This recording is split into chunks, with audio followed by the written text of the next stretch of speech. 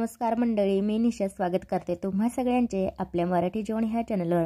सर्वप्रथम सगळ्यांना श्री स्वामी समर्थ। तर आज आहे रविवार आणि रविवारचं मी पूर्ण दिवसाचं तुम्हाला रुटीन माझं शेअर करणार आहे की रविवारचा माझा दिवस कसा जातो। कारण कसं रविवारी मिस्टर सासूबाई सगळा परिवार घरी असतो, सगळ्यांना सुट्टी वगैरे असते। तर मग रविवारचा दिवस कसा जातो तेच मी रविवारचं तुम्हाला पूर्ण दिवसाचं आज शेअर करणार आहे रुटीन। तर आता सकाळचं कसं उठल्यानंतर ना जे आपले नित्यकामं असतात ती सगळी माझी झालेली होती आणि त्याच्यानंतर मग आज सगळे घरी होते म्हणून मग म्हटलं मस्त पोहे करावा सगळ्यांसाठी। बेत दुसरा होता, इडली वगैरे काहीतरी पराठे वगैरे करावं म्हटलं, पण नाही म्हणलं चला मग पोहेच करूया। थोडं हे झालं होतं तर वेळ झाला होता, तर देवपूजा करता बसले तर मग वेळ झाला होता, तर म्हटलं चला हेच सोपं आपलं पोहे लगेच होतं आणि खायला पण टेस्टी लागतो, तर म्हटलं पोहेच करूया। मला देवपूजा करायला थोडा वेळ लागला होता म्हणून, आणि इथं मी पोहे करत आहे आणि बाळ जे आहे ते खेळत होतं। उठल्यानंतर सासूबाई खेळत होत्या, मग त्या घरी राहिल्या तर एवढं काही टेन्शन राहत नाही बाळाचं, त्या सांभाळून घेता म्हणून मग माझी कामं करायला मी मोकळी असते। तर इथं मला पोहे करायचे होते। पोहे करायला मी काय सगळं जे असतं ना टोमॅटो वगैरे ते सगळं कट करून घेतलेलं होतं, म्हणजे पोहे लगेच फ्राय करता येतो आपल्याला, जास्त वेळ नाही लागत, मग पटकन होऊन जातं सगळं आपण रेडी करून ठेवलं तर गॅस वाया जात नाही। तर इथे सगळं कट करून घेतलेलं आहे। जे शेंगदाणे आहेत थोडेसेच टाकलेले आहे शेंगदाणे मला जास्त काही आवडत नाही, ते मला असं वाटतं पोहे खाताना ते मध्ये मध्ये येतात। शेंगदाणे मला असं कोणत्याच याच्यात आवडत नाही, फक्त एक भाजी केली तरच, नाहीतर असं पूर्ण शेंगदाणे टाकायला मला आवडत नाही।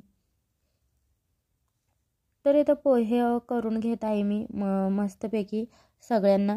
तर आज हे सगळे घरी होते, तर मग आज रविवारचं सगळं निवांत असतं, कारण कसं मिस्टर घरी असतं, सासूबाई पण ड्युटीवर जातात, त्या पण रविवारी घरी असतात, म्हणून रविवारचं सगळं निवांत असतं सगळ्यांचं।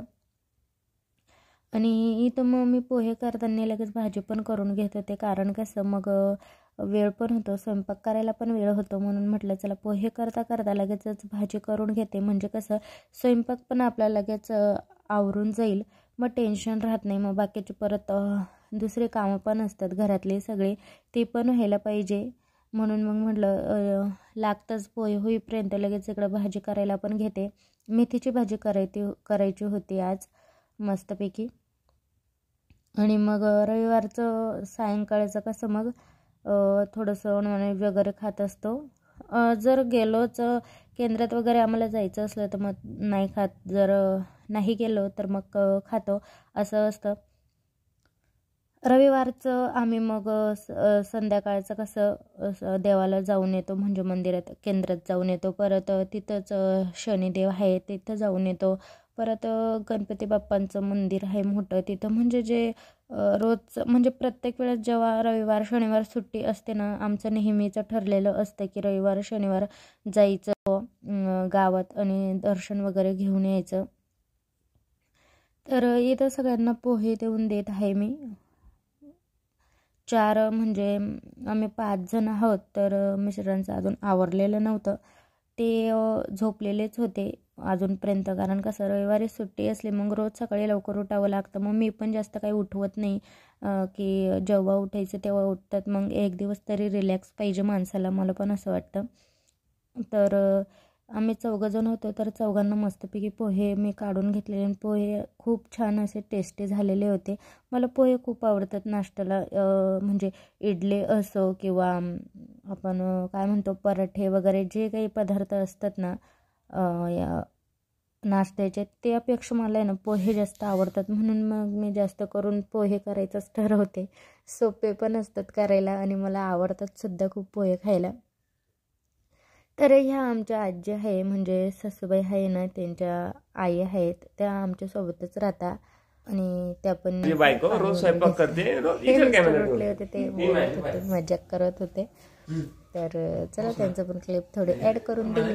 तर इथं पोहे वगैरे खाऊन नाश्ता वगैरे करून मी लगेच स्वयंपाक करायला घेतला। आज खूप उशिरा स्वयंपाक करत होते, 9-10 वाजले होते, कारण कसं मग सकाळी लेट उठलं का मग सगळे कामं लेट होतात आणि जरी लवकर उठले ना मग बाकीचे सगळे घरात मग असतात. मग घरात जर सुट्टीच्या दिवशी सगळे असले ना मग काम लवकर लवकर आपल्याला सुचत नाही, त्यांच्याबरोबर आपलंसुद्धा टाईमपास होऊन जातो सगळा.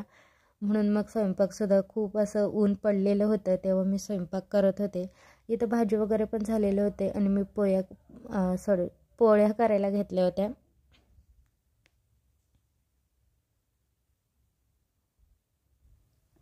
पोळ्या वगैरे करून मी सगळं आता किचन आवरायला घेणार आहे. किचन आवरायला कसं म्हणजे पोळ्या वगैरे झाल्या आणि सगळं किचन अस्तव्यस्त पडलेलं होतं. कारण कसं पूर्ण स्वयंपाक होईपर्यंत, नाश्ता वगैरे होईपर्यंत मी काही किचन आवरला नव्हता आणि मग पूर्णपणे पसारा झालेला होता. म्हटलं चला आता किचन आवरूया. तर असंच माझं रुटीन राहतं, सकाळी नाश्ता वगैरे करून मग पहिलं सगळ्यात आधी किचन आवरायचं काम राहतं माझं. कारण कसं किचन आवरलं की मग टेन्शन राहत नाही, बाकीचे आपण आपले कामं करायला मोकळी होऊन जातो. आणि किचनवर पसारा राहिला मग ते मला आवडत नाही आणि दुसऱ्या कामात माझं मग मन पण लागत नाही. मला जेव्हा किचन स्वच्छ करते ना मी तेव्हाच मला खूप छान वाटतं घरात असं, आणि खूप असं पॉझिटिव्ह पण वाटतं. म्हणून मग मी आधी पूर्ण भांडे वगैरे घासून वगैरे किचन सगळं व्यवस्थित पुसून लुसून सगळं व्यवस्थित करून घेते. मग जे बाकीचे कामं असतात अजून घरातली त्या घरांना मग नंतरनं हात लावते. पहिलं किचन स्वच्छ करते. तर इथं मी सगळं किचन स्वच्छ वगैरे करून आणि आता हे काय म्हणता याला आडोशाचे पानं म्हणतात वाटतं. तर ते पण बाळाला खोकला वगैरे खूप होता म्हणून चला म्हटलं ते पानं तोडून आणली. याचं झाड आहे बाजूला तर ते लावून देते. मी झाड वगैरे कसं कामी येतं तर ते मी धुवून वगैरे ठेवलं. बाळाला औषध द्यायचं होतं आणि ते धुतल्यानंतर ना इथं जे घरातले बारीक पसारा असतो ना, आता ही शॉल राहते, कोणी पण प्रेस करायला घेतलं तर मग ही शॉल इथं टाकतात. मग ती सगळं आवरून वगैरे ठेवत होते. आणि जे घरात काही पसारा असतो ना रोजचा होतोच, सगळे घरी ज्या दिवशी घरी राहिले ना त्या दिवशी तर एवढा पसारा होतो ना, म्हणजे कसं रोज आपण एकटं असतो मग काही जो तो ज्याच्या त्याच्या कामाला निघून जातो, मग घरात काही एवढा पसारा राहत नाही. पण मग जर सगळे राहिले ना तर त्या दिवशी खूप पसारा होतो. आणि किती पण पसारा झाला तरी मला आवरल्याशिवाय काय होत नाही. मी सगळं परफेक्ट आवरते तेव्हाच मला असं छान वाटतं मनाला. आणि इथे चिंच आणलेली होती तेच मी डब्यात भरून ठेवत होते. तर डबा म्हटलं कोणत्या डब्यात भरू, तर हे खजूर संपली होती ह्या डब्यातली, म्हटलं चला त्या डब्यात भरून ठेवते. तर घासायला टाकला तो डबा. मग वाळल्यावर मी त्या चिंच भरून देईल त्याच्यात. तर फ्रेंडने दिले ते चिंच, त्यांच्या गावाकडं म्हणजे झाड आहे तर ती गेली होती तर तिने आणल्या होत्या मग मला दिल्या. आणि हे जे स्वयंपाक करताना अस्तव्यस्त झालेले डबे वगैरे आहेत ते सगळे मी लावून देत आहे व्यवस्थित. म्हणजे कसं भांडे वगैरे मग व्यवस्थित दिसतात, नाहीतर मग आपल्या घाईघाईत हात कुठं पण लागलेले असतात किंवा डबे मागे पुढे झालेले असतात, ते काही चांगलं मला दिसत नाही. म्हणून मग सगळं 15-20 मिनटं मी जे घरातला जो बारीक पसारा असतो ना वरवरचा तो पसारा आवरायला देते. मग कसं घर एकदम व्यवस्थित सुटसुटीत छान दिसतं. रोजच्या रोज असं म्हणजे व्यवस्थित असं मांडणी केलेलं दिसतं. जिथली वस्तू तिथं दिसते, असं अस्तव्यस्त घर दिसत नाही. आणि त्याच्यानंतर मग मी झाडू मारायला घेते. मग कसं सगळं घरातलं आवरल्यानंतर मग झाडू मारते मी. कसं मग घाण वगैरे आपण झटकतो असं काही पण, आपण आता शॉल म्हणा काही पण असं झटकत वगैरे असतो मग ती सगळी घाण पडते. म्हणून मग सगळं आवरल्यानंतर मी झाडू मारते. आणि झाडू मारल्यानंतर मग लगेच मी बाथरूम वगैरे घासून घेते. कसं आंघोळीचं रोजच्या रोज बाथरूम घासलेलं वगैरे साफ केलेलं खूप असं बरं पडतं म्हणजे, आणि छान पण वाटतं घरात. कारण कसं आपण घरात म्हणजे किचन बाथरूम वगैरे जवळजवळ राहतात म्हणून मग काय चांगलं वाटत नाही ते, वास वगैरे येतो पूर्ण. म्हणून मग मी सगळं स्वच्छ फिनाईल वगैरे टाकून सगळं स्वच्छ करून घेते, तेव्हाच असं खूप छान वाटतं घरात. नाही तर मग खूप असं दलंतरीसारखं वाटतं, मला तरी तसंच वाटतं. आणि हा आरसा आहे तो नेहमी खराब होत असतो, मी त्याला रोज असं थोडंसं पुसून घेत असते. बेसिनच्या वरती आरसा आहे बाथरूमजवळ, असं लावलेलं आहे तिथं. आणि खाली जे आपलं शॅम्पू वगैरे असतात, फेसवॉश वगैरे, डेटॉल वगैरे ते सगळं ठेवते. आणि त्याच्यानंतर मग हॉल पण मी आवरून घेतलेला आहे. बेडरूम आवरून घेतलेला आहे, हॉलच आला. बेडरूम पण सगळं अस्तव्यस्त पडलेला होता, तो मी आवरून घेतला. आणि त्याच्यानंतर मग बाळाला हे औषध करून देत होते. माझं सगळं आता काम आवरलेलं होतं. मग बाळाकडे बघितलं तर त्या खूप असं खोकला येत होता त्याला. तर म्हटलं चला औषध करून देऊन देते. हे औषध आहे ना, खूप असं त्याच्याने फरक पडला आहे त्याला. तो खूप खोकलत होता, म्हणजे खूप खोकला येत होता त्याला, कफ वगैरे झाली होती.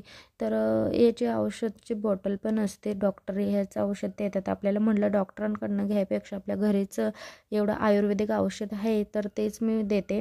खूप आणि दिलं तर खूप असा छान फरक पडला. दिवसातून 2 वेळा दिलं तर त्याचा खोकला म्हणजे गेलाच डायरेक्ट पूर्णपणे. तर आता आहे ना, सकाळची कामं आवरलेली आहेत सगळी, आणि आता म्हणजे 12 वाजत आलेले आहेत.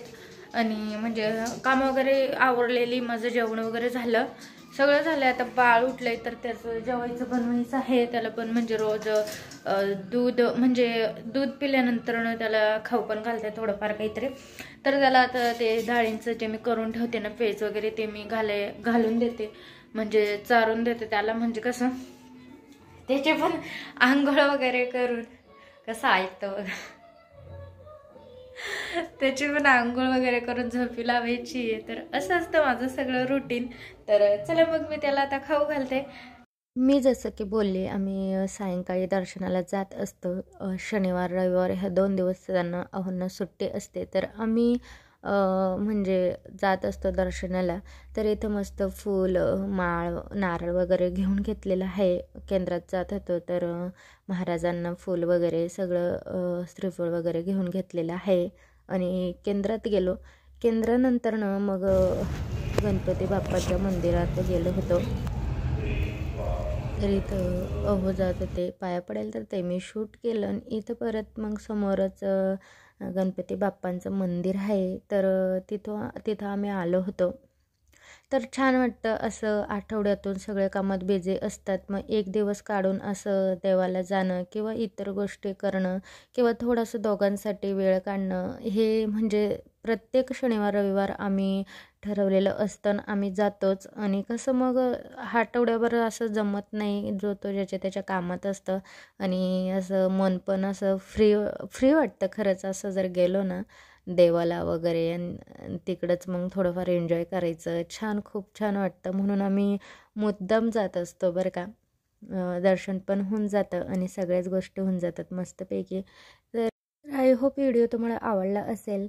व्हिडिओ आवडला असेल तर व्हिडिओला नक्की लाईक करा. चॅनलवर नवीन असाल तर प्लीज सबस्क्राईब करायला विसरू नका. आणि सबस्क्राईब बटनवर क्लिक करून ऑलवर क्लिक करा नक्की. म्हणजे कसं माझे प्रत्येक व्हिडिओ तुम्हाला येत जातील. आणि माझे व्हिडिओ जर तुम्हाला आवडत असतील तर नक्की